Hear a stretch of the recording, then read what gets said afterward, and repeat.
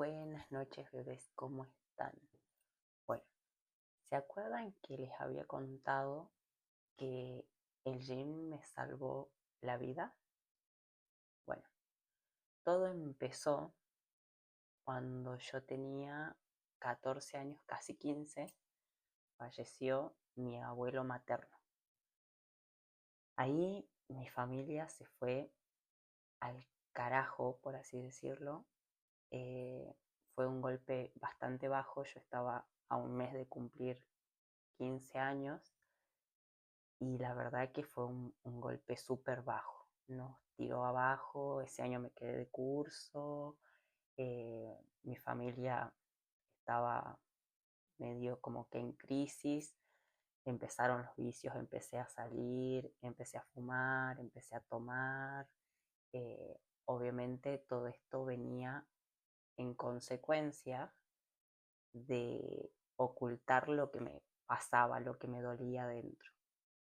Mi, mi abuelo había fallecido ay, falleció de cirrosis y yo estaba como que muy enojada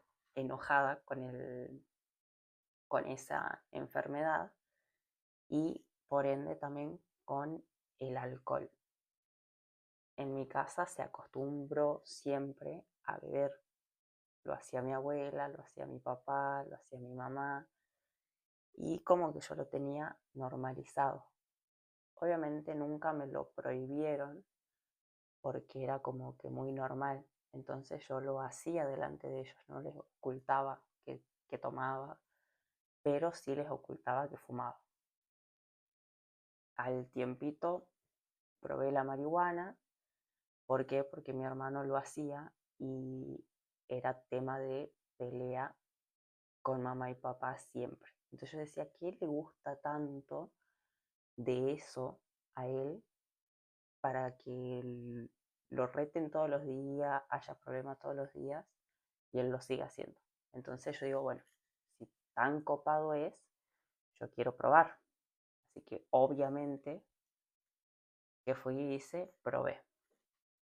Nunca compré, porque esa es una realidad, no gasté plata en eso jamás, pero sí fumé, empecé a fumar desde ahí. No lo hacía siempre, pero cuando me convidaban, fumaba. Al contrario del tabaco, sí empecé a fumar día a día, un poquito más, y sobre todo los fines de semana cuando salía, era una caja de 20, sí o sí, que me fumaba en esa noche que salía. Cuestión es que a los 16 años me metí al gimnasio. Me encantó, pero el tema era que yo no lo podía costear mes a mes. Entonces empecé a tomar el hábito de salir a correr, de empezar a hacer el entrenamiento del boxeo, el aeróbico, que daban gratis cerca de casa. Entonces ibas cuando no tenía para pagar el gym, iba y pagaba, hacía la clase de aeróbico. Y en el 2014 entré a trabajar en una heladería y empecé a poder pagarme el gimnasio mes a mes. Y ahí fue cuando me enamoré por completo del, del fitness y quería sí o sí tener un cuerpo armonioso, musculoso y por sobre todo tener piernas grandes. Siempre quise piernas grandes. Entonces empecé a entrenar, me pude comprar mi primera proteína, mi primer shaker y todo. Cuestión es que estaba re mil metida en eso. Mi abuelita, siempre una genia, me apoyó en todas mis decisiones y ella me cocinaba. Me hacía pescado, me hacía carne, me hacía pollo, me hacía verduritas, todo lo que yo se me antojaba porque siempre fui de comer saludable, un pro para el fitness. Ella me malcriaba con todo lo que yo quería comer. Me daba los huevos que tenía que comer y todo. Pero bueno, ¿qué me pasó? Terminé cuarto año, entró quinto año ¿A quién conozco? A Voldemort. Ahí, cuando yo más enfocada estaba, obviamente metida en el gimnasio para huir de todo lo que pasaba en casa, eh, alcohol, drogas y todo lo que ya les mencioné, me voy huyendo de mi casa de Guatemala a Guatepeor. Una relación violenta, tanto psicológica como físicamente, y recontra tóxica. Ahí perdí todos los kilitos que había subido de masa muscular, los perdí, me puse flaca, empecé a tener problemas con la digestión, vomitaba todo lo que comía, lo vomitaba. ¿Por qué? Porque pasaba situaciones horribles que jamás había pasado eh, con una persona a la quien quería que te haga ese maltrato psicológico horrible. Y no le quería decir a mi mamá ni a mi papá porque había tensión ahí en casa. Así que bueno, me terminé quedando ahí 4 años y medio, donde me golpearon, me amenazaron, me subieron a una habitación con un cuchillo en el hígado, que yo pensé que no la contaba. A todo esto estaba ensangrentada entera porque me habían metido una piña en la nariz.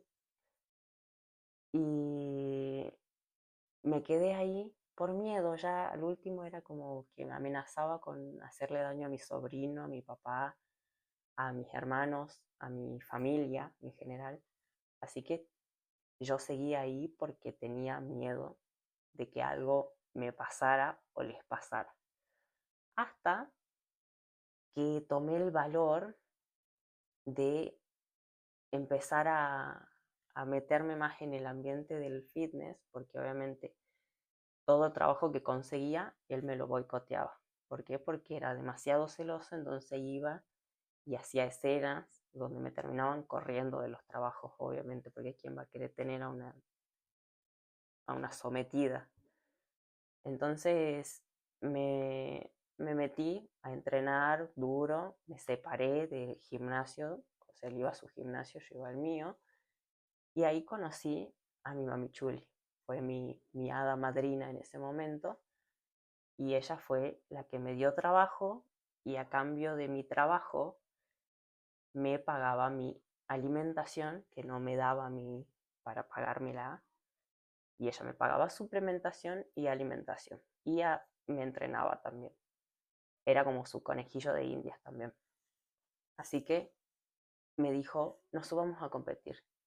Y yo dije, sí, yo quiero, para tener una motivación por el cual hacer la dieta y también para conocer mi cuerpo al límite.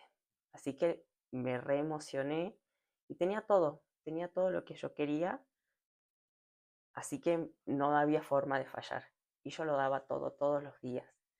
A todo esto me enfoqué tanto en mí y disfrutaba tanto el proceso de hacer dieta, de ir a entrenar, de hacer los cardios, de trabajar, de poder tener lo que yo por todo ese tiempo había luchado, que le molestó, obviamente, porque era como que había una competencia de él hacia conmigo, porque yo tenía una genética que él no tenía, y como que todo lo que yo hacía él lo quería. Era así. Éramos pareja, pero al final parecía que competíamos.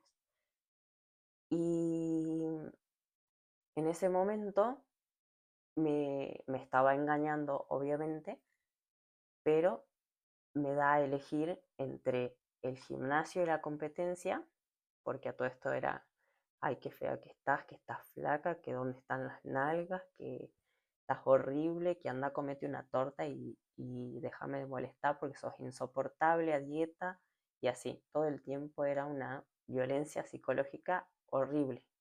Entonces ya al último ni ganas de ir a visitarlo. Me prefería quedarme en mi casa a estudiar porque encima estaba estudiando en ese momento, y ni ganas de verlo. Y bueno, me da a elegir entre la competencia y el gimnasio o él. Obviamente yo ya sabía que estaba con otra, yo agarré y le dije el gimnasio y la competencia. Agarré todas mis cositas y me fui a mi casa. Obviamente ni lloré en ese momento porque era como que ya está, hermano, déjame molestar, no te quiero ver nunca más en la vida. Pero cuando me cayó la ficha de todo lo que había pasado, de todo lo que había aguantado, empecé a llorar y a drenar todo eso. A todo esto me metió en un bardo con mi entrenadora, con todo el entorno y no competí. Pero yo ya estaba a días de competir, así que el físico ya estaba. Y de ahí me aferré tanto, pero tanto al gimnasio que me sacó de la depresión. Era como mi cable a tierra, mi momento, y era ahí donde yo iba a ser feliz, a dedicarme tiempo, a amarme, a reconstruirme. Y desde ese día yo prometí que cualquier persona que se me acercara y me diera a elegir entre algo que a mí me hacía bien y yo amaba, en este caso el gimnasio, yo no iba a pensarlo ni siquiera 2 segundos y me iba a quedar sí o sí con eso que me hacía bien. No me importaba si la persona esa me amara o lo que sea. Ya el solo hecho de que me diera a elegir, yo iba a quedarme con el gimnasio. Pero bueno, ¿a dónde está el mensaje que les quiero transmitir? Es que enfóquense en ustedes, en mejorar ustedes, no huyan de los problemas, no se metan en una relación cuando no están bien ni emocionalmente ni psicológicamente y están totalmente desequilibrados porque no funciona. Nada de lo que ustedes hagan huyendo de alguna situación funciona. ¿Por qué? Porque en este caso yo estaba huyendo de los problemas de mi casa y me metí a un problema aún mayor, del cual no me podía salvar nadie, solo yo. Estaba yo sola contra el mundo. ¿Por qué? Porque mi familia tenía sus problemas y yo no les iba a cargar un problema que yo elegí encima. Porque a todo esto siempre hubo, no me gusta ese chico para vos, no es por ahí, ¿vale? Porque las mamás, los papás, las abuelas, los hermanos y todo el mundo se da cuenta cuando uno le está pasando mal y se hacen los tontos, aceptan a la persona porque, bueno, no les queda otra, uno los elige y ellos no les queda otra que aceptar. Pero bueno, ustedes no huyan. Primero sanen ustedes, solucionen sus problemas, sean felices, ámense, dedíquense tiempo y dense todo lo que ustedes pretendan. Cuando ustedes logren amarse a sí mismos y darse todo el amor que se merecen y sepan qué es lo que sí y qué es lo que no van a aceptar nunca, recién piensen en formalizar, en estar con alguien, en darle la oportunidad a alguien de estar con ustedes. ¿Por qué? Porque si ustedes no saben cuáles son sus límites, cuál es el amor que se merecen, cuál es lo que están y lo que no están dispuestos a recibir, a dar, después viene cualquier persona y un poquitito de amor que les dan ya es un montón y tienen la vara súper baja. Y al principio todos somos hermosos, somos amables, somos los mejores. Pero una vez que va pasando el tiempo y van apareciendo los trapitos, uno se da cuenta, tarde a veces, porque ya se enamoró, ya se remetió, se enganchó, y ya ahí cuesta mucho más soltar y dejar ir a la persona. Yo en mi caso me encapriché y por no querer volver al infierno que pasaba en casa, me quedé ahí. Pero viví el peor infierno que había vivido en mi vida. La verdad que fue una relación horrible, pero bueno, hoy, con la madurez que me dio esa relación y toda mi vida, puedo decir que gracias a todo eso soy la mujer que hoy soy y soy consciente del amor que merezco y del amor que doy. ¿Por qué? Porque yo llegué a amarme tanto que ya sé cómo amar a los demás. Ya sé cuándo es suficiente y cuándo poder decir, ya está, basta, hasta acá llegué, esto es todo. Y eso creo que habla mucho del amor propio, del respeto que uno se tiene a sí mismo. Entonces, sea una relación de amistad, una relación de familia, una relación de pareja, donde no te respeten, no te amen, ándate, no importa, corta vínculos, es mejor irse que después tener que huir y meterte en un lugar o una situación peor. Así que sea cual sea la situación por la que ustedes estén pasando, si hay violencia y ustedes no se sienten cómodos, donde los hagan sentir chiquitos, insuficientes, váyanse. Por amor a ustedes, háganme caso, váyanse. No acepten ni un grito, ni un golpe a la mesa, ni una revoleada de nada, porque ese es el primer detonante de violencia. El mío fue revolear una taza.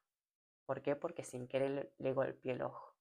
Y yo, de tarada, encima que me gritó ahí tipo déjame, porque yo le dije perdón, perdón, y me gritó eso y me revolvió la taza y yo me quedé. Ya me quedé con miedo y no me fui. Y fue a los 2 meses, ponele, de estar de novia. Y me quedé ahí. Y de ahí vinieron las amenazas, las mechoneadas, las ahorcadas, los cabezazos, porque me daba cabezazos en la nariz. Eh, a la salida del boliche me dio una piña en la nariz que empecé a sangrar. El remisero nos quería bajar del remis porque no quería problemas. Imagínense, yo era como que llévame a mi casa, por favor. Horrible.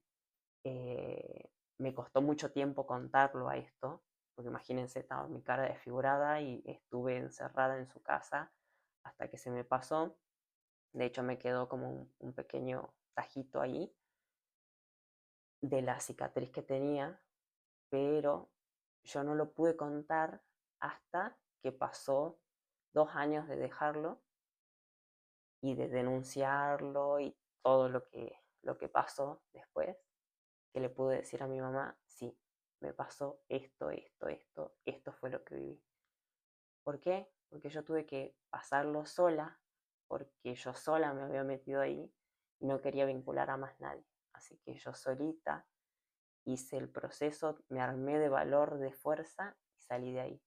Así que es difícil, pero sí se puede. ¿Y saben cómo lo van a lograr? Amándose. Así que priorícense y ámense un montón. Bueno, eso era todo. Me voy a dormir. No sabía cómo contarles un poco de mí. Así que bueno, espero que se entienda y que nos vayamos conociendo un poquito más. Que tengan una hermosa noche, bebés, y nos vemos mañana.